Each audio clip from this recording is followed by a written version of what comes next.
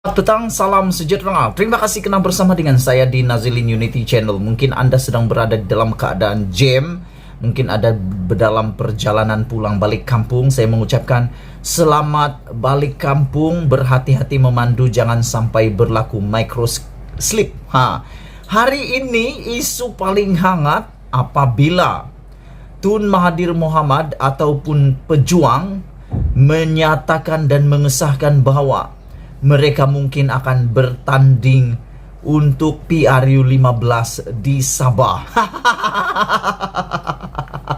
Aku nak tergelak sampai nak lompat sampai ke atas awan dengan berita kali ini. Aku tak sangka dapat berita yang seperti ini, tak sangka pula dapat laporan seperti ini apabila mengatakan pejuang nak bertanding kat Sabah. Ya, ini memang sangat lucu. Tak sangka pejuang benar-benar nekat untuk berjuang di Sabah pula. Atok atau Tun Mahathir cuba-cuba nasib pula di Sabah. Masih tak ingat ke insiden PRN Johor dan Melaka? Yang paling teruk di PRN Johor apabila semua calon mereka, calon parti pejuang, semuanya lesap wang pertaruhan ataupun hilang deposit. Nak cuba pula di Sabah. Jadi ini aku nak katakan kepada parti pejuang, kepada Tun, pada pendapat saya, pejuang memang langsung tiada pilihan. Tidak akan ada peluang di Sabah untuk menang. Saya sebagai rakyat Sabah, saya ingin mengatakan bahawa kalau pejuang nak bertanding kat Sabah, mustahil mereka untuk menang. Mustahil. Aku berani kata, tak mungkin pejuang akan menang kat Sabah. Ada beberapa isu, ada beberapa perkara yang menjadi alasan kenapa parti pejuang tidak mungkin akan menang di Sabah dan tidak mungkin akan berpeluang membentuk, apalagi kalau kerajaan. Aku sebenarnya tergelak lah sebagai orang Sabah. Aku rasa lucu lah apabila pejuang ni masuk kat Sabah untuk bertanding. Sama lah kali apabila Parti Warisan mengumumkan bertanding dan akhirnya bertanding di Semenanjung. Mungkin orang Semenanjung juga gelak. Lucu apabila Warisan bertanding di Semenanjung dan terbukti Parti Warisan tidak menang satu pun parti di Johor baru-baru ini. Pejuang di bawah pimpinan Dr. Mahathir Mohamad tiada peluang untuk berjaya di Sabah jika bertanding pada pilihan raya umum akan datang. Alasan saya ini turut disokong oleh dua orang penganalisis politik terkenal Malaysia, yaitu yang pertama Oh Ei Sun. Beliau mengatakan bahawa parti berasaskan kaum tiada tarikan di Sabah kerana kebanyakan rakyatnya mempunyai keluarga dan pelbagai latar belakang etnik dan kepercayaan agama. Ini saya setuju dan kami sependapat. Saya di Sabah saya dapat melihat dan mengalaminya sendiri. Di Sabah ni uniknya adalah dalam satu rumah ada muncul, boleh ada. Kalau kamu orang Semenanjung, Tanah Melayu, Tanah Melaya atau di Melaya, mungkin kamu tak pernah datang dan kamu tak tahu. Jadi aku nak bagi tahu kamu semua, kalau di Sabah dalam sebuah rumah boleh sahaja wujud beberapa agama dan juga beberapa bangsa dalam satu bumbung satu rumah. Sebagai contoh, dalam satu rumah akan ada bangsa Dusun, Rungus, Suluk, Bajau, Tembono. Dalam satu rumah. Dalam satu rumah juga boleh berlaku ada agama berbeza, Kristian, Islam, Buddhis atau Buddha. Bagaimana itu berlaku? Kerana di Sabah ramai yang bapaknya beragama Kristian, anaknya kawin dengan orang Islam, anak satu lagi kawin dengan Buddhis, dan bangsa mereka pula berbeza-beza. Jadi ini menyebabkan kepelbagaian di dalam latar sosio budaya politik di Malaysia, di Sabah. Jadi betul lah yang dikatakan oleh Oi Ei Sun ini, sukar parti politik yang berasaskan kaum untuk menang kalau di Sabah. Tapi ada pengecualiannya. Ini boleh dapat diatasi dengan syarat. Mungkin boleh berlaku apabila kedudukan ini boleh berubah sekiranya ada pengagihan sumber, maka itu dapat menolak parti berasaskan kaum.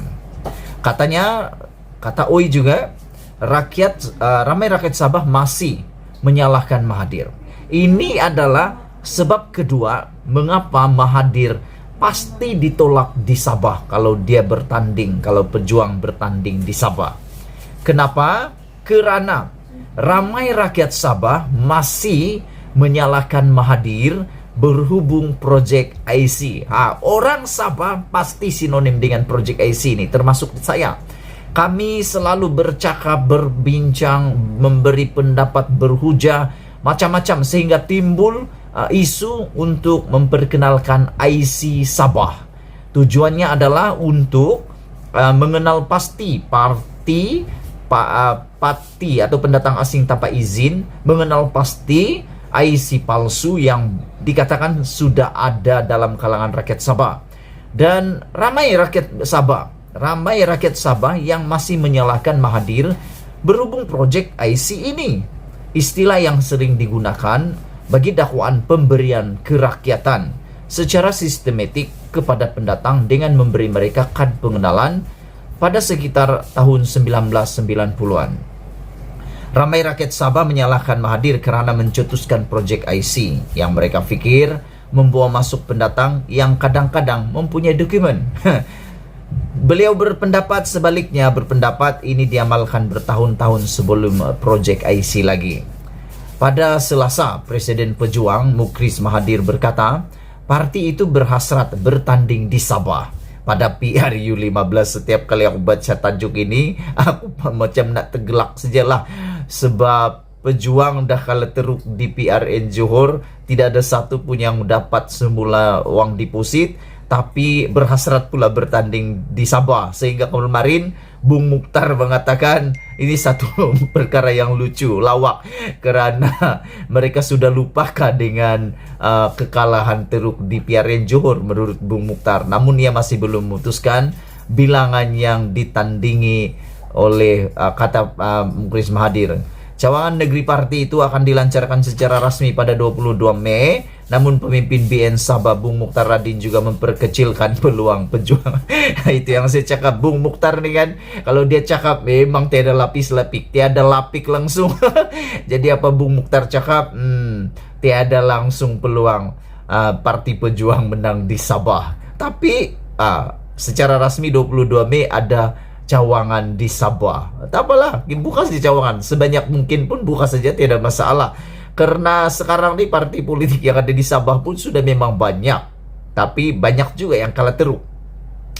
Penganalisis Universiti Malaysia Sabah juga, Lee Kwek Tiong juga berkata beliau tidak melihat sebarang ruang untuk pejuang di Sabah, menyifatkan arena politik negeri itu sudah sesak dengan pelbagai parti seperti KDM diterajui bekas naib presiden warisan. Saya tidak nampak ruang untuk pejuang di Sabah, katanya. Kita lihat seramai 447 calon bertanding untuk 73 kerusi pada PRN Sabah 2020 dengan majoriti daripadanya kehilangan wang deposit. Lee berkata kewujudan projek IC boleh dipertikaikan, tetapi tiada siapa boleh menafikan peningkatan mendadak populasi Sabah pada tahun 1990-an. Katanya sukar bagi pejuang membuang persepsi bahawa mereka terikat dengan Mahathir, walaupun bekas Perdana Menteri itu tidak bertanding pada PRU15 maupun menjauhi parti. Sekian dulu isu kali ini. Aku tergelak sebelum kita berpisah. Maafkan saya kalau mungkin Anda adalah penyokong kepada parti pejuang. Aku ingin beritahu berita buruknya untuk Mahathir hari ini. Dia pasti akan terkejut. Mungkin harap-harap tak terkentut lah. Kalau bertanding di Sabah memang tiada peluang lah untuk menang. Itu dulu untuk kali ini. Kita berjumpa lagi. Semoga Anda memandu dengan baik, dapat memandu dengan selamat. Jangan sampai tertidur. Bye-bye.